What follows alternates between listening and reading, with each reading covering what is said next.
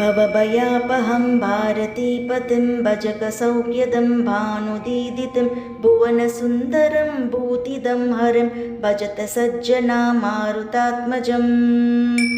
अमितविक्रमं ह्यञ्जनासुतं भयविनाशनं त्वब्जलोचनम् असुरघाटिनं ह्यब्धिलङ्घिनं भजत सज्जना मारुतात्मजम्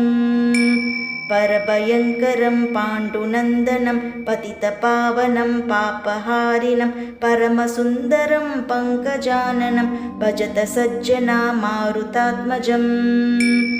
कलिविनाशकं कौरवान्तकं कलुषसंहरं कामितप्रदं कुरुकुलोद्भवं कुम्भिनीपतिं भजत सज्जना मारुतात्मजम् मतविवर्धनं मायिमर्दनं मणिविभञ्जनं मध्वनामकं महितसन्मतिं मानदायकं भजत सज्जना मारुतात्मजम्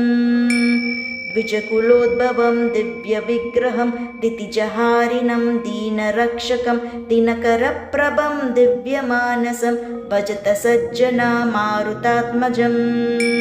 कपिकुलोद्भवं केसरीसुतं भरतपङ्कजं भीमनामकं विबुधवन्दितं विप्रवंशजं भजत सज्जना मारुतात्मजम्